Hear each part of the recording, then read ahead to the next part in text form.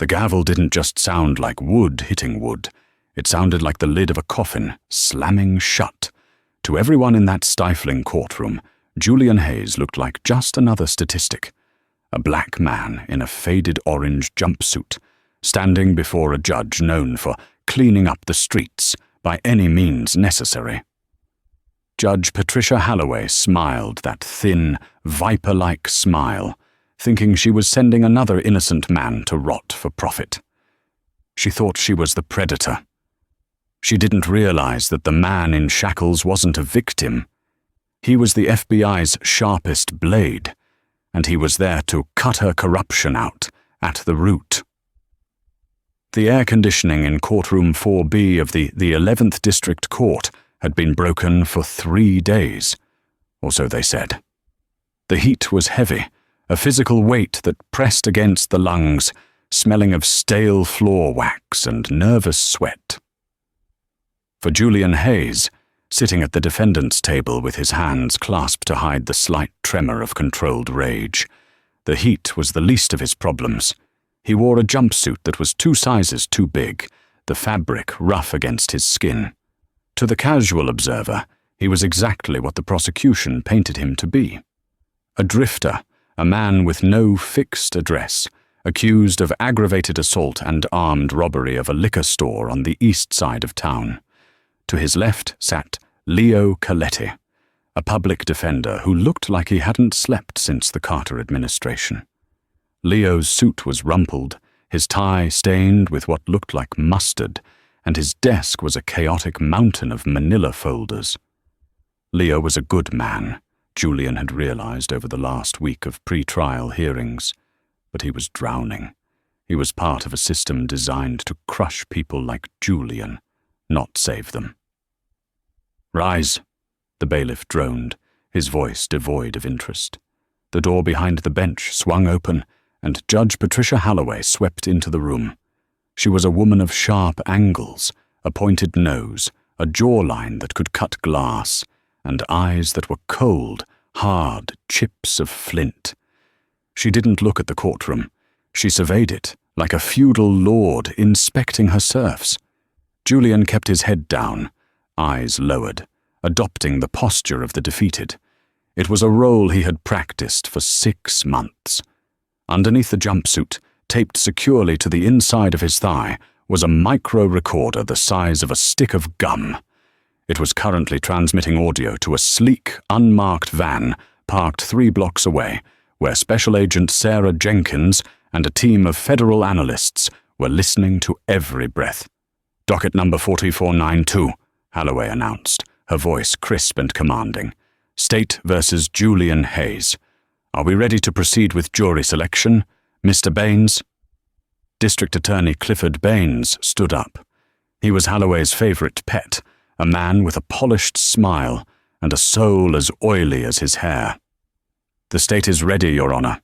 We are eager to see justice done." "And the defense?"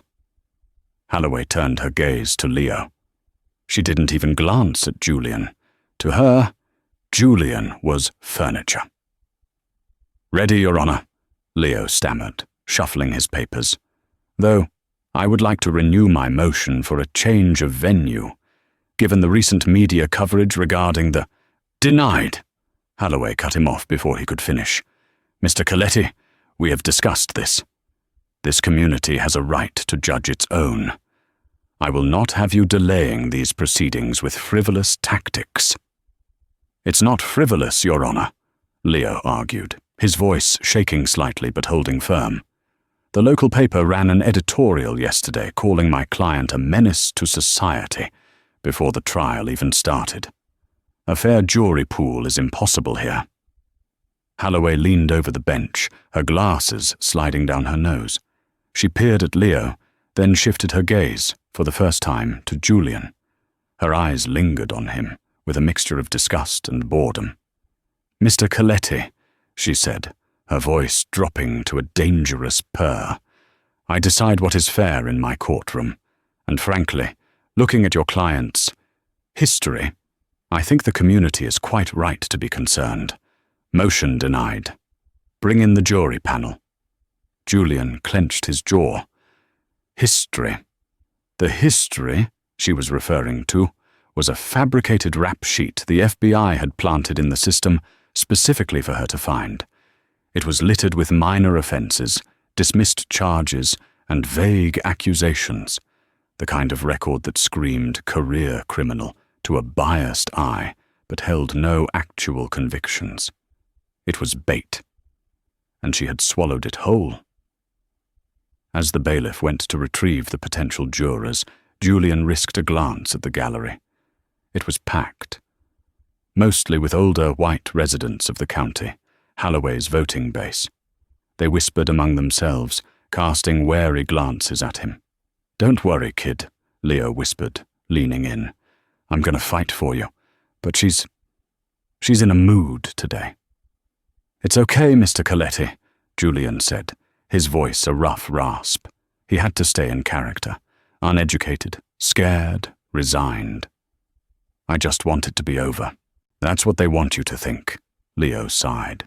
"They want you to plead out, but you said you didn't do it." "I didn't," Julian said. And that part was true. The liquor store robbery had happened, but the perpetrator was a man named Silas Thorne, a low-level enforcer for the private prison company Secure Hold, the same company that had secretly contributed $50,000 to Judge Halloway's re-election campaign fund via a shell corporation. Julian wasn't just here to prove his innocence. He was here to prove that Halloway was sending men to Secure Hold facilities in exchange for kickbacks. The kids for cash scandal of the past was nothing compared to this. Halloway was filling beds for profit, targeting the vulnerable, the poor, and especially the black community. The jury pool filed in. Julian watched them closely. He was a profiler by trade, trained to read micro-expressions. He saw fear. He saw annoyance. But mostly, as their eyes landed on the judge, he saw reverence. Halloway had this town under her thumb. The selection process began, and immediately the fix was in. The voir dire, the process of questioning potential jurors, is supposed to be the bedrock of a fair trial. In courtroom 4B, it was a slaughter. D.A. Baines moved with the confidence of a man who knew the referee was on his payroll. He asked soft, leading questions to the jurors who looked like they belonged to the local country club. "Mrs. Gable," Baines smiled at an elderly woman in the front row, "do you believe that our police force does a good job protecting us from dangerous elements?" "Oh, absolutely," Mrs. Gable nodded vigorously, clutching her purse. "My nephew is a deputy." Leo Coletti stood up, objection, calling for a conclusion and bias. "Overruled," Halloway said, not even looking up from her notes. "It's a general question, Mr. Coletti." "Sit down." Baines smirked and continued, but when it was Leo's turn, the atmosphere in the room shifted. The temperature seemed to rise. Leo focused on a middle-aged man in a plaid shirt, a mechanic named Mr. Henderson. Julian had noted Henderson earlier.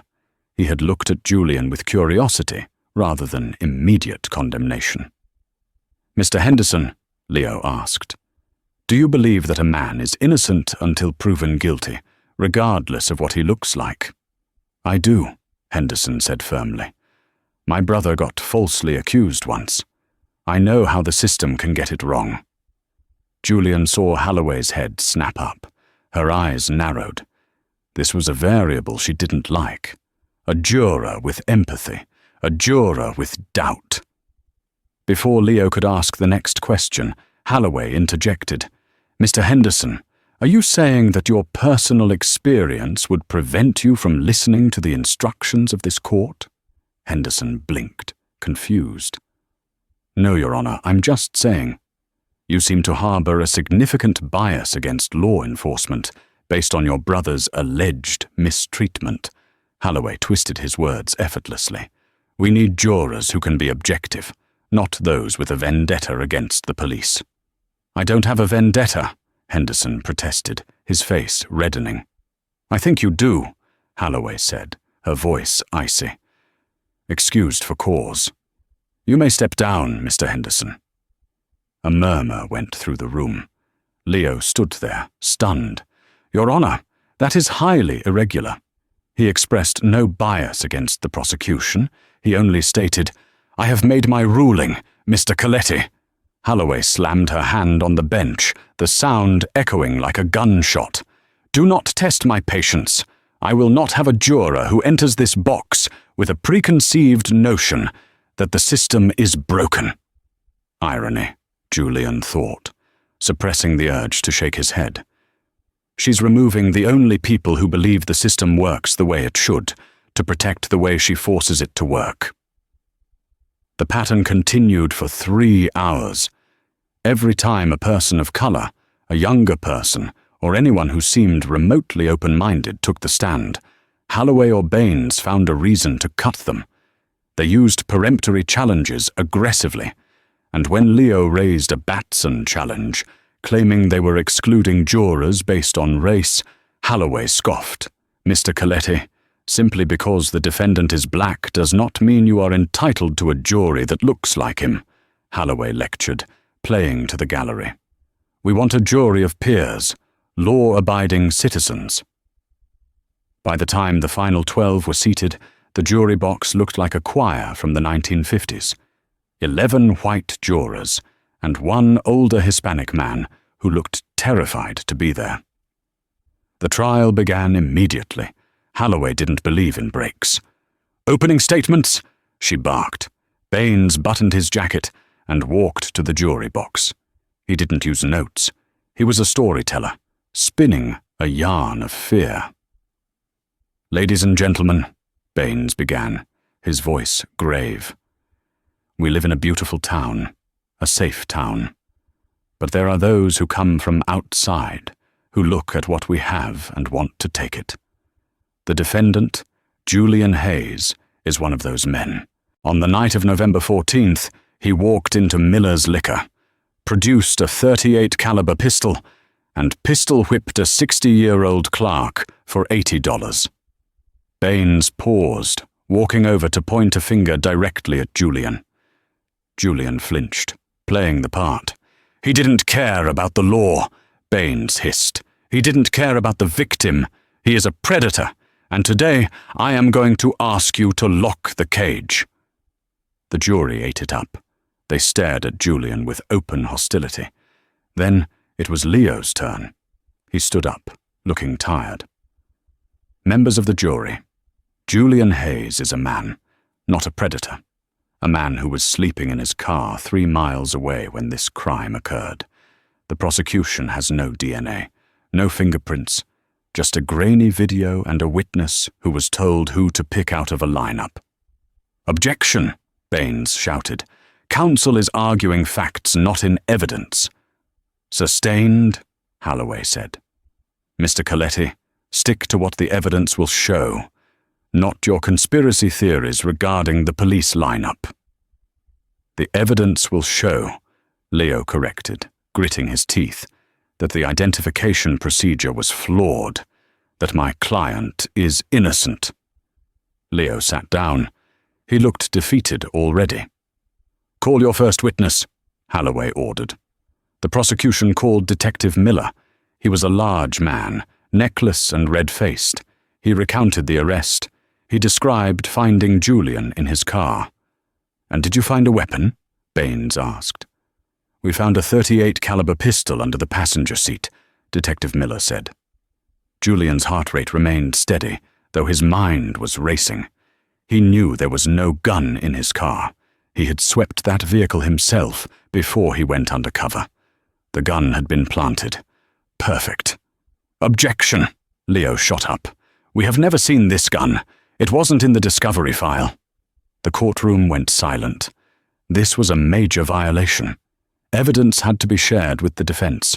Holloway waved her hand dismissively. "Oh, sit down, Mr. Coletti.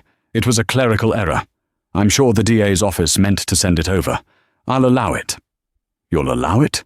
Leo's voice cracked. "Your Honor, this is trial by ambush. I haven't had a chance to examine the weapon, run ballistics, check for prints." "You can look at it during the lunch recess," Halloway said, checking her watch. "We are not delaying this trial because you aren't prepared." "I am prepared," Leo shouted, finally losing his cool.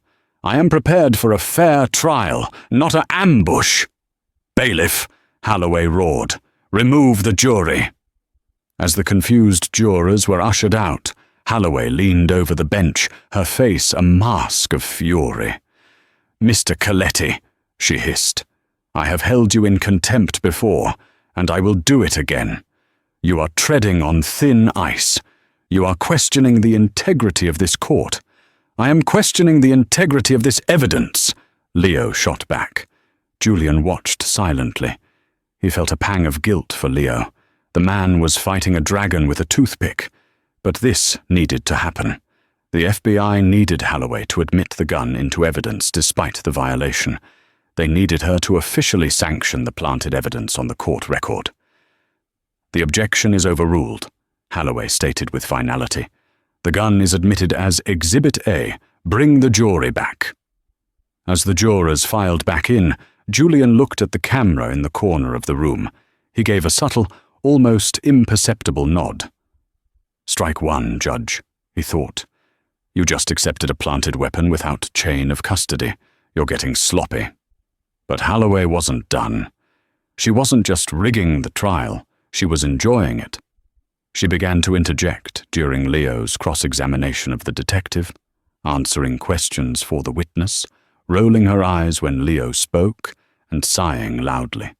She was signaling to the jury, "This lawyer is a joke, and his client is guilty." By the end of the day, Julian could feel the hatred radiating from the jury box. They didn't see an FBI agent. They didn't even see a human being. They saw a monster that Judge Halloway had told them to destroy. As the bailiff handcuffed Julian to take him back to the holding cell, Halloway caught his eye. "Sleep well, Mr. Hayes," she mocked softly, so only he and the bailiff could hear. "The accommodations at Secure Hold are robust." Julian looked her dead in the eye for the first time. He dropped the fear. He dropped the slouch. For a split second, the predator inside him surfaced. "I sleep just fine, Judge," Julian said, his voice dropping an octave, losing the street slang. "Do you?" Halloway blinked, startled by the sudden shift in his demeanor. But before she could process it, the bailiff shoved Julian forward. "Move it!" the bailiff grunted. As Julian walked out, he knew the trap was set. Tomorrow, the real game would begin. Tomorrow, he would let them think they had won. Day 2 of the trial began with the same stifling heat, but the atmosphere had shifted. It was heavier now, thick with the arrogance of a prosecution team that knew they couldn't lose. Julian sat at the table, his posture slumped again.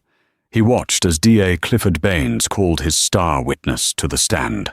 "The state calls Gary Sneed to the stand," Baines announced.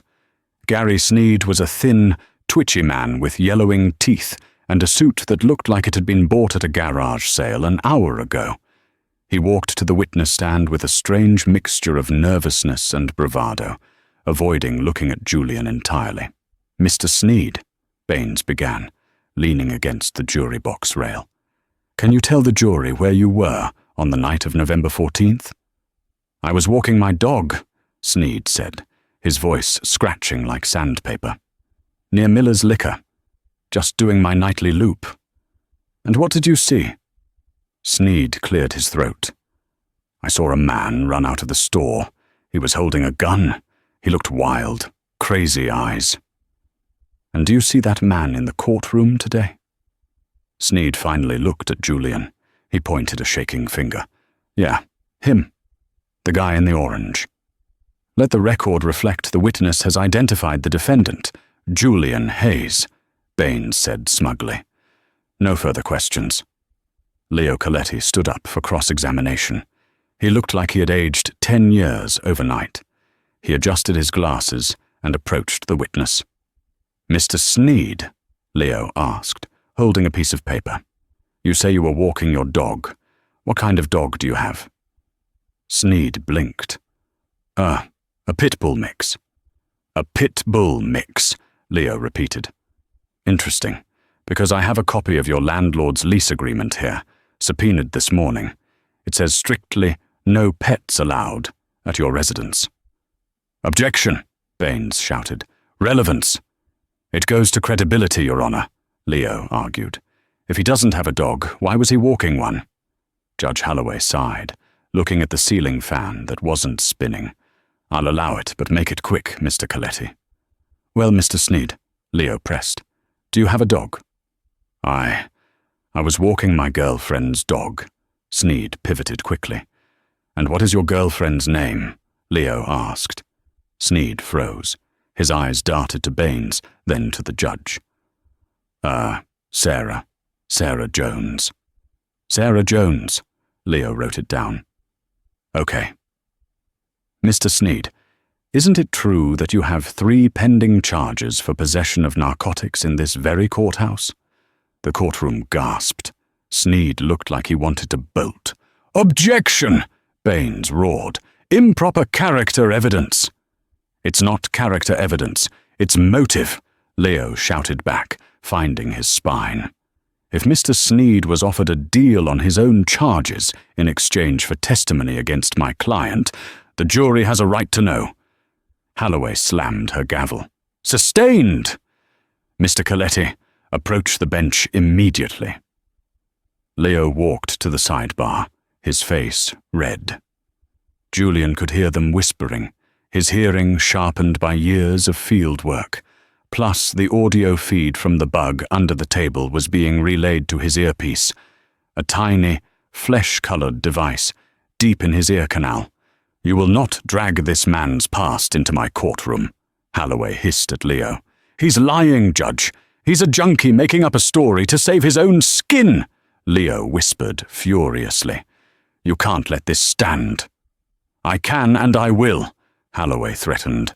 You ask him one more question about his criminal record, and I will hold you in contempt and throw you in a cell right next to your client. Do you understand me? Leo stared at her, horrified. This isn't a trial. It's a lynching. Step back, counsel, Halloway ordered loudly. Leo stepped back to the podium. He looked defeated. He looked at the jury, pleading with his eyes for them to see what was happening. But the jury looked bored. They trusted the judge. If the judge said the question was bad, then the lawyer must be bad. No further questions, Leo whispered. Julian watched Sneed step down. He tapped his left index finger against the table 3 times. In the surveillance van 3 blocks away, Agent Sarah Jenkins saw the signal on the video feed. That's the signal, she said to the tech specialist, Agent Miller. Sneed is a paid asset. Run his financials. I want to know who paid him, how much, and when. Check Baines's slush fund. Check Halloway's husband's construction company accounts. On it, Miller typed furiously. Got a hit. A deposit of $2,000 made yesterday to a Gary Sneed via Cash App from a burner account. Tracing the IP of the sender. It's pinging from inside the courthouse. Specifically, the district attorney's office Wi-Fi. Got him, Jenkins grinned. Save it. We need more. Back in the courtroom, Baines rested his case. The state rests, Your Honor. Very well, Halloway said. Mr. Coletti, call your first witness. The defense calls. Leo hesitated. He looked at his file. He had nothing. No alibi witness because Julian was undercover. No forensics because the judge blocked them. The defense calls the defendant, Julian Hayes. A ripple went through the crowd. It was rare for a defendant to testify. It was suicide in a rigged court. Julian stood up. He walked to the stand. He wasn't going to testify about the robbery. He was going to testify about them. Mr. Hayes, Leo asked, did you rob Miller's liquor? No, Julian said calmly. Where were you? I was sleeping in my car, Julian said. I'm new in town. I was looking for work. Mr. Hayes, Baines stood up for cross-examination, looking like a shark smelling blood. You say you were looking for work, but you have no resume, no references. You have a record, don't you? I have a history, Julian corrected. Not a conviction record. You have a history of being in the wrong place at the wrong time, Baines sneered. Tell me, Mr. Hayes, do you hate authority? I hate corruption, Julian said, his voice level. Halloway's head snapped toward him. Excuse me? Baines laughed. Are you accusing this court of corruption? I'm answering your question, Julian said, looking directly at Judge Halloway. I respect the law. I respect justice. But when the law is used as a weapon to fill prison beds for a paycheck, that isn't authority. That's organized crime. The courtroom went deadly silent.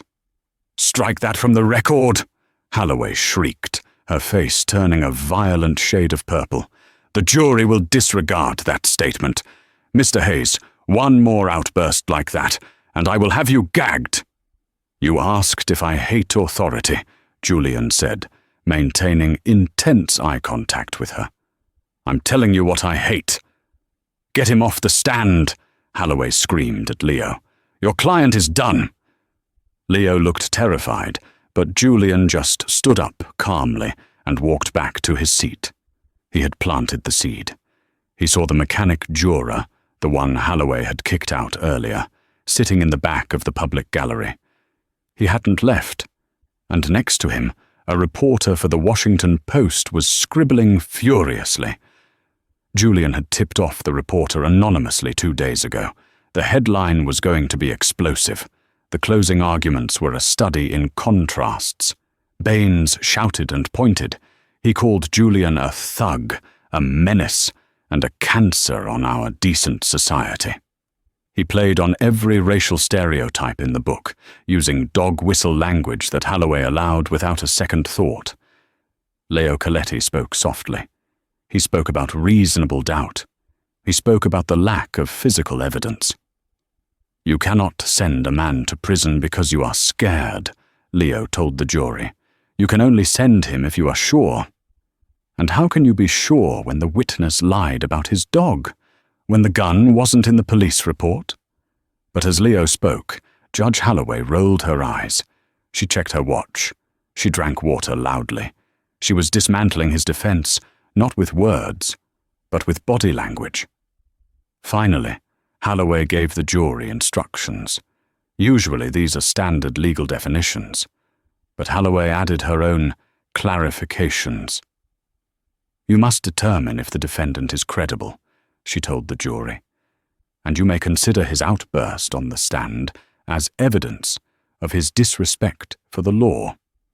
You may also consider that the police officers are sworn public servants, while the defendant is a transient. It was practically a directed verdict. She was telling them, convict him, or you are against the police. The jury retired to deliberate. Leo sat at the table, head in his hands. I'm sorry, Julian. I'm so sorry. I'm going to file an appeal immediately. We'll get this overturned. It's okay, Leo, Julian said, his voice surprisingly gentle. You did a good job. You stood up. I failed you, Leo whispered. You didn't fail, Julian said.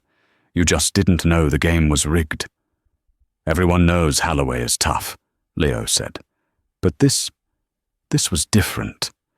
She was reckless today, like she didn't care who saw. She thinks she's untouchable, Julian said. That makes people sloppy. 2 hours later, the jury buzzed. They had a verdict. The courtroom filled up again. The air was electric. Halloway looked triumphant. Baines was already shaking hands with the cops in the front row. Will the defendant please rise? Halloway commanded. Julian stood up. He felt the weight of the moment. This was the tipping point. Mr. Foreman. Halloway beamed at the older man in the front row of the jury box. Have you reached a verdict? We have, Your Honor. And how do you find the defendant? The foreman unfolded the paper. He didn't look at Julian. We find the defendant Julian Hayes, guilty of armed robbery, guilty of aggravated assault, guilty of resisting arrest. Holloway smiled, a genuine, predatory smile. Thank you for your service, jury. You have done this community a great service. She turned to Julian. Mr. Hayes, given the severity of these crimes and your obvious lack of remorse, I see no reason to delay sentencing. I am sentencing you to 25 years in the state penitentiary to be served at the Secure Hold Maximum Security Facility. 25 years. For a robbery he didn't commit. Bailiff, take him away, Holloway ordered, banging the gavel. As the bailiff grabbed Julian's arm, Julian didn't move. He stood, planted like an oak tree. Mr. Hayes, move, the bailiff grunted. Not yet, Julian said loudly. His voice carried to the back of the room. What did you say? Holloway snapped. Get him out of here. I said, not yet, Julian repeated. He reached up to his ear and pulled out the tiny, flesh-colored earpiece. He dropped it on the defense table. It made a small clack sound. Then he reached into his jumpsuit pocket and pulled out a gold badge. He slammed it down next to the earpiece. Special Agent Julian Hayes, FBI, he announced, his voice booming with authority. Federal Corruption Task Force. The silence that followed was absolute. It was as if the oxygen had been sucked out of the room. Holloway froze. Her gavel hovered in midair. Her mouth opened, but no sound came out. Baines dropped his pen. It clattered loudly on the floor. Lock the doors, Julian shouted, turning to the back of the room. Suddenly, the reporter from the Washington Post stood up and threw off his jacket, revealing an FBI windbreaker and a sidearm. The mechanic from the jury pool pulled a badge. The doors to the courtroom burst open. A dozen tactical agents in full FBI gear flooded the room. FBI, nobody move. Hands where we can see them. Agent Sarah Jenkins marched down the center aisle, flanked by 2 agents carrying federal warrants. She walked straight up to the prosecutor's table. Clifford Baines, she said, her voice cutting through the chaos, you are under arrest for conspiracy to commit fraud, evidence tampering, and racketeering. Baines looked at Holloway, panic in his eyes. Patricia, do something. But Holloway was staring at Julian. The drifter. The thug. He was standing tall now, his shoulders back, the slouch gone. He looked at her with a cold, terrifying intelligence. Julian unzipped the top of his orange jumpsuit, revealing a Kevlar vest underneath. He walked out from behind the defense table, not as a prisoner, but as the man in charge. He stopped in front of the judge's bench. He looked up at her. She looked small now, shrinking behind the wood. Patricia Holloway, Julian said, his voice calm and deadly. I have recorded every word you said in this trial.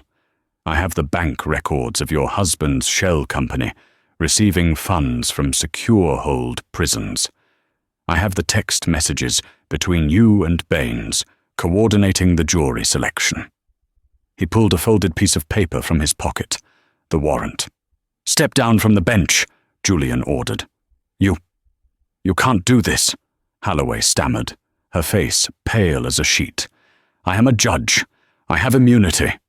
Judicial immunity doesn't cover RICO charges and federal conspiracy, Julian said.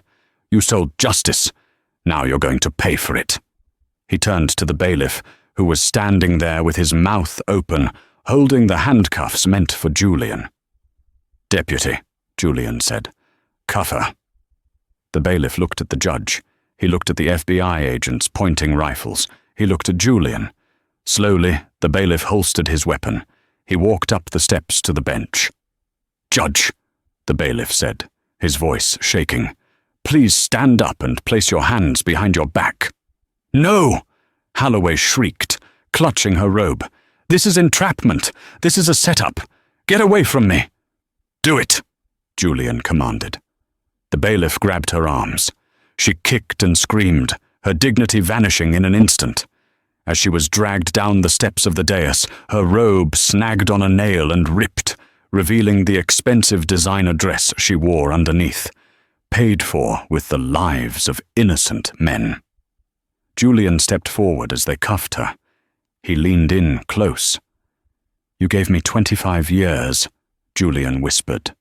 "With the federal charges we have lined up, wire fraud, deprivation of rights under color of law, racketeering, you're looking at life without parole." He smiled, but there was no warmth in it. "And judge?" he added. "The federal prison system doesn't have a secure hold contract. You're going to general population." As Holloway was dragged out, screaming threats, the courtroom erupted. The jurors were stunned. Leo Coletti was sitting in his chair, staring at Julian with wide, shocked eyes. Julian turned to Leo. He extended a hand. "You're a good lawyer, Leo," Julian said. "Sorry for the heart attack." Leo took the hand, shaking his head in disbelief. I thought you were a drifter." "I'm the janitor," Julian said, looking around the courtroom at the stunned gallery. "I'm here to clean up the trash." The chaos in courtroom 4B was only the spark. The explosion happened in the days that followed. The image of the Honorable Patricia Holloway, disheveled, screaming, and handcuffed, was plastered across every news network from CNN to Fox.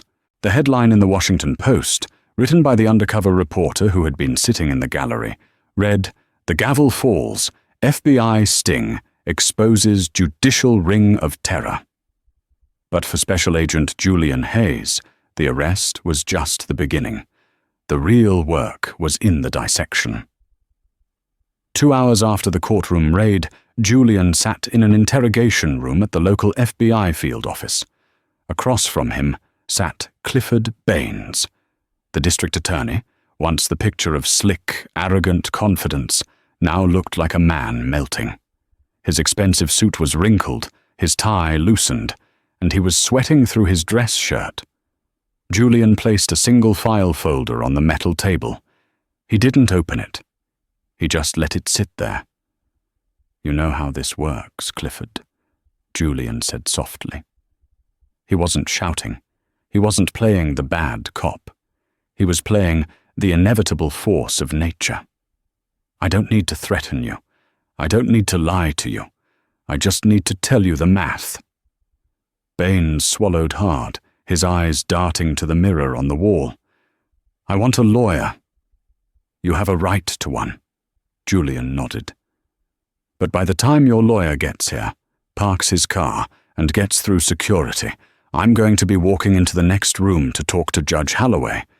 And here is the thing about Patricia. She's a survivor. She's a narcissist. Do you think she's going to protect you?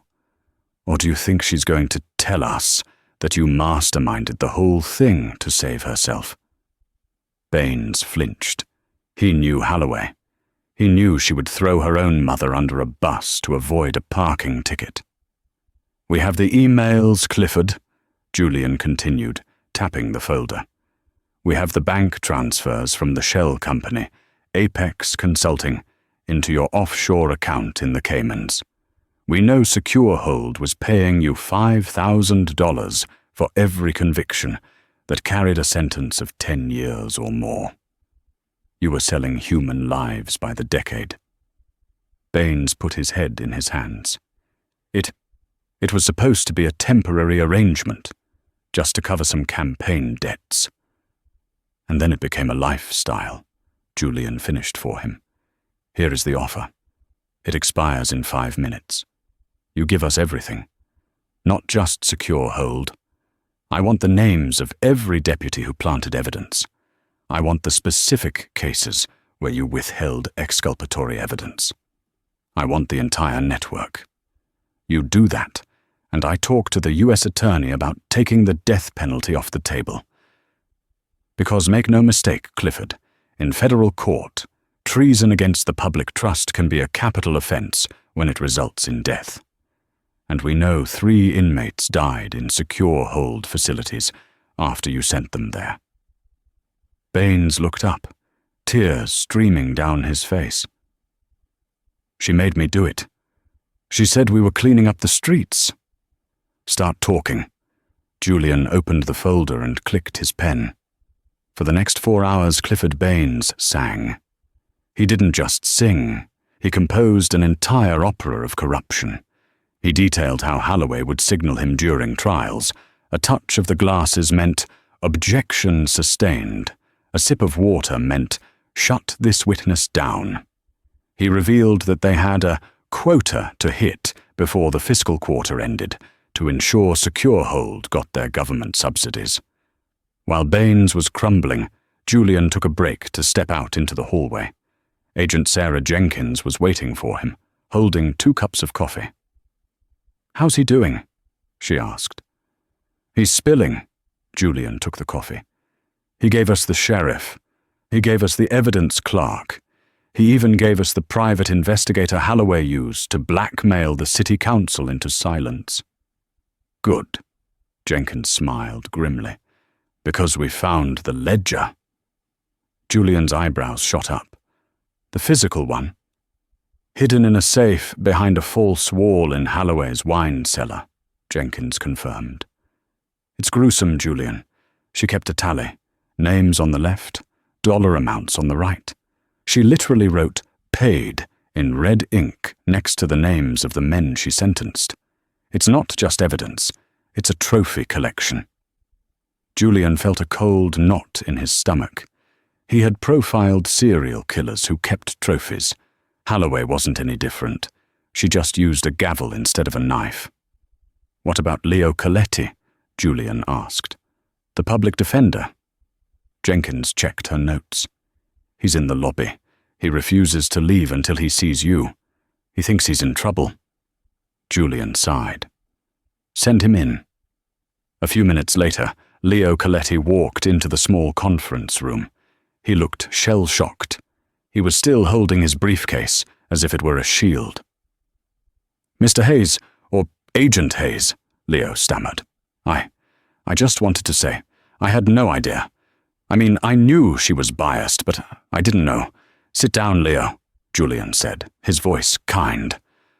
Leo sat. Am I under investigation? I lost so many cases in front of her. Did I miss the signs?" "You didn't miss anything," Julian said firmly.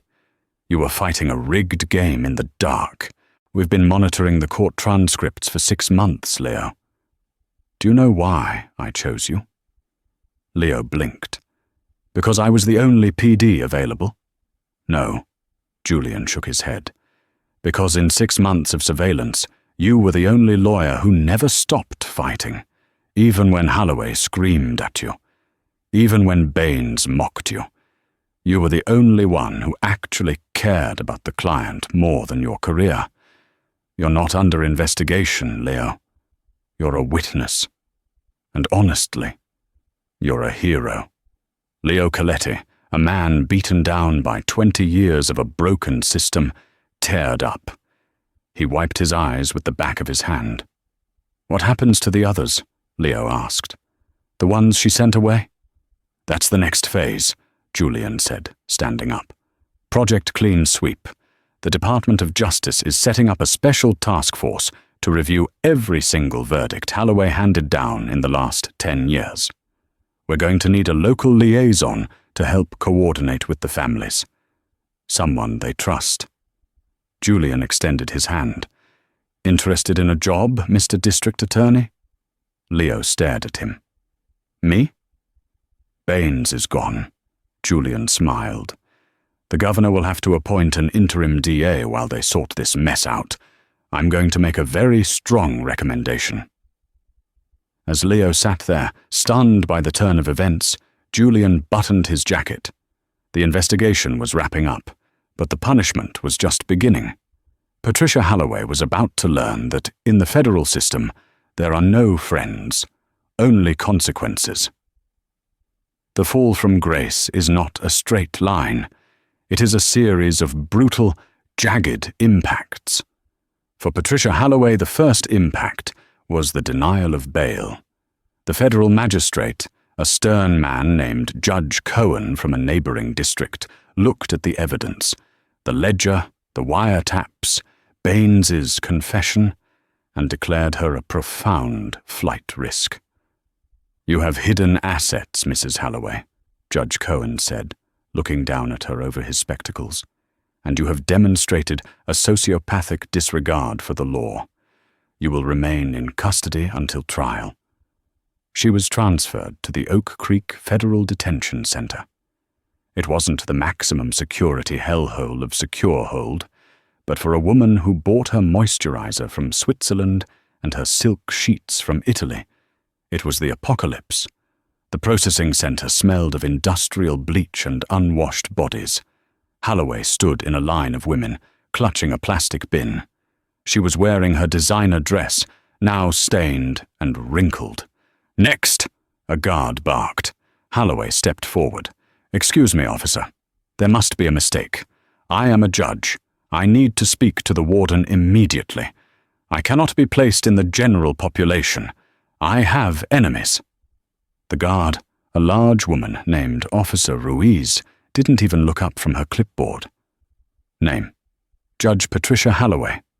"Name," Ruiz repeated, looking up with bored eyes. "First and last, no titles. You ain't a judge here, honey. You're an inmate number." "Patricia Halloway," she whispered, her face burning. "Strip," Ruiz ordered. "I beg your pardon?" "Squat and cough. You know the drill. You sent enough people here," Ruiz said, popping her gum. "Unless you want me to call the extraction team to do it for you?" The humiliation was physical. Stripped of her clothes, her jewelry, and her dignity, she was handed a rough, ill-fitting orange jumpsuit. It was identical to the one Julian Hayes had worn. The fabric scratched her skin. She was marched through the cell block. As she walked, the catcalls and jeers started. The inmates had TVs. They had seen the news. They knew exactly who she was. "Hey, Judge!" a voice screamed from a top tier. "Where's your gavel now? Look at her, walking like she still owns the place." Halloway kept her head down, her heart hammering against her ribs like a trapped bird. "This is temporary," she told herself. "My lawyers will fix this. I am powerful. I am important." She was shoved into cell 314. The door clanged shut with a sound of finality that echoed in her bones. Her cellmate was sitting on the bottom bunk, reading a paperback book. She was a muscular woman with tattoos climbing up her neck, her hair braided tight against her scalp. She looked up slowly as Halloway stood awkwardly by the door. "Top bunk," the woman said. Her voice was low, gravelly. I can't climb," Halloway said, her voice trembling. "I have bad knees. I need the bottom bunk." The woman closed her book. She stood up. She towered over Halloway. "I didn't ask about your knees," the woman said. "I said, top bunk." Halloway scrambled up the ladder, her hands shaking so hard she almost slipped. She curled into a ball on the thin mattress, staring at the concrete ceiling. 2 days later, the real karma arrived. It was rec time. Halloway tried to stay in the corner of the yard, near the guards, but the guards seemed to be looking the other way. The blue wall of silence that she had relied on for so long had turned against her. Police officers hate dirty cops, but they hate dirty judges even more, the ones who make their badges look like jokes. A group of 3 women approached her. In the center was a woman named Marcus. No, a woman named Maria. Maria had a teardrop tattoo and eyes that had seen too much sorrow. "You don't remember me, do you?" Maria asked. Halloway pressed her back against the chain-link fence. I don't know you." "November 12th, 2018. Maria recited the date like a prayer. "My brother, Dante." He was up for a possession charge. First offense. The DA offered probation. You rejected the plea deal. You said he needed to learn a lesson. You gave him 10 years. Halloway's breath caught. She remembered the day. She had needed 3 more bodies to hit her quota for the month. Dante had just been a number. He died 4 months later. Maria stepped closer. Stabbed in the shower at Secure Hold. He was 19. I didn't know, Halloway whimpered. I was just following the guidelines. You wrote the guidelines, Maria screamed, lunging forward. Halloway shrieked and covered her head. But the blow didn't come. Maria stopped inches from her face. She spat on the ground at Halloway's feet. I ain't gonna touch you, Maria hissed. Because that's what you want. You want to be the victim. You want to tell the jury that the animals attacked you. Maria leaned in, her voice dropping to a terrifying whisper. We ain't gonna touch you, Judge. We're just gonna watch you. Every time you eat, we'll be watching. Every time you sleep, we'll be watching. You're gonna live in fear, just like you made us live. You're gonna rot in this fear. Maria turned and walked away. The other women followed. Halloway slid down the fence, sobbing into her hands. She realized then that physical violence would have been easier. This was psychological warfare. She was trapped in a cage of her own making, surrounded by the ghosts of the lives she had ruined. For the next 6 months awaiting trial, Halloway withered. She lost 20 pounds. Her hair turned grey and brittle. She stopped speaking to the guards, stopped demanding things. The arrogance was scrubbed away, leaving only a hollow shell of a woman who jumped at every shadow. She had built a factory of despair, and now she was the product. The federal trial of United States versus Patricia Halloway was the most watched legal event of the decade. But unlike her own kangaroo court, this trial was meticulous, fair, and devastatingly thorough. Julian Hayes sat in the front row every day. He wasn't there to gloat.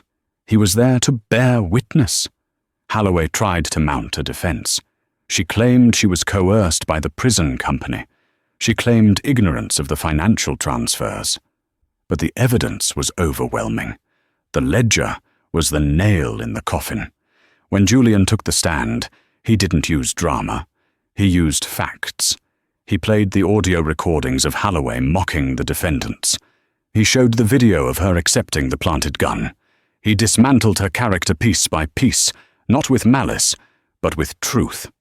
The jury deliberated for less than 4 hours. We find the defendant, Patricia Halloway, guilty on all counts.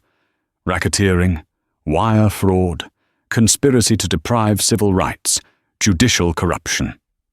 The sentencing hearing was scheduled for a month later. On the day of sentencing, the courtroom was packed. But this time, the gallery wasn't filled with Halloway's wealthy cronies. It was filled with the families of her victims, mothers holding pictures of sons who were unjustly incarcerated, fathers who had lost their jobs and homes, paying legal fees for rigged trials. Judge Cohen looked at Halloway. She stood in her orange jumpsuit, trembling. Patricia Halloway, Judge Cohen said, his voice ringing with disdain. You were entrusted with the most sacred power in our society, the power to take away a person's liberty. You sold that power for handbags and vacations. You turned this courthouse into a marketplace of misery. He paused, letting the weight of the words settle. There is no sentence I can give you that will restore the years you stole, but I can ensure you never steal another minute. I sentence you to life in federal prison without the possibility of parole, plus 100 years. The gavel banged. It sounded like freedom. As Halloway was led away, weeping, she looked into the gallery. She locked eyes with Julian. Julian didn't smile.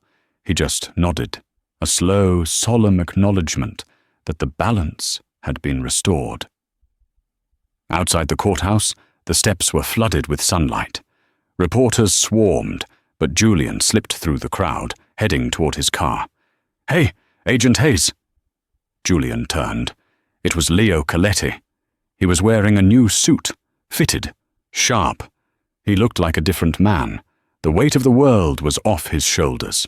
"Congratulations, Mr. District Attorney." Julian shook his hand. Acting DA, Leo corrected, beaming. But the election is in November, and the polls look good. You'll win, Julian said. People know who the real fighter was. I wanted to thank you, Leo said, his voice getting emotional again. We're reviewing the cases. We've already released 40 men. 40 innocent men are going home to their families this week because of you. Because of us, Julian corrected. The FBI just opened the door. You're the one walking them through it. Where are you going now? Leo asked. Vacation? Julian opened the door to his unmarked sedan. No such thing. There's a mayor in Chicago who's been taking bribes from a construction firm, and a sheriff in Alabama running a chop shop. The work doesn't end. Well, Leo stepped back. Give 'em hell, Julian. Always. Julian smirked. He got into the car. As he drove away, he looked in the rearview mirror. He saw the courthouse receding in the distance. It no longer looked like a fortress of corruption. It looked like a building. Just a building. The monsters had been cleared out. The shadows were gone. Julian turned on the radio, tapped the steering wheel, and drove toward the horizon. The game of chess was over. The queen had fallen, and the board was finally clear. The story of Judge Holloway is a terrifying reminder that sometimes the greatest criminals don't wear masks. They wear robes. She thought her power made her untouchable. But she forgot the most important rule of the chessboard. Even the queen can be taken by a pawn who refuses to back down. Julian Hayes proved that justice isn't about the uniform you wear, but the truth you defend. Holloway is now rotting in the very cell she profited from, a poetic justice that no amount of money can buy. If this story of karmic justice had you on the edge of your seat, please smash that like button. It helps the channel immensely. Share this video with a friend who loves a good takedown. And don't forget to subscribe and hit the bell icon so you never miss our next dramatic story. Justice is served, and we'll see you in the next video.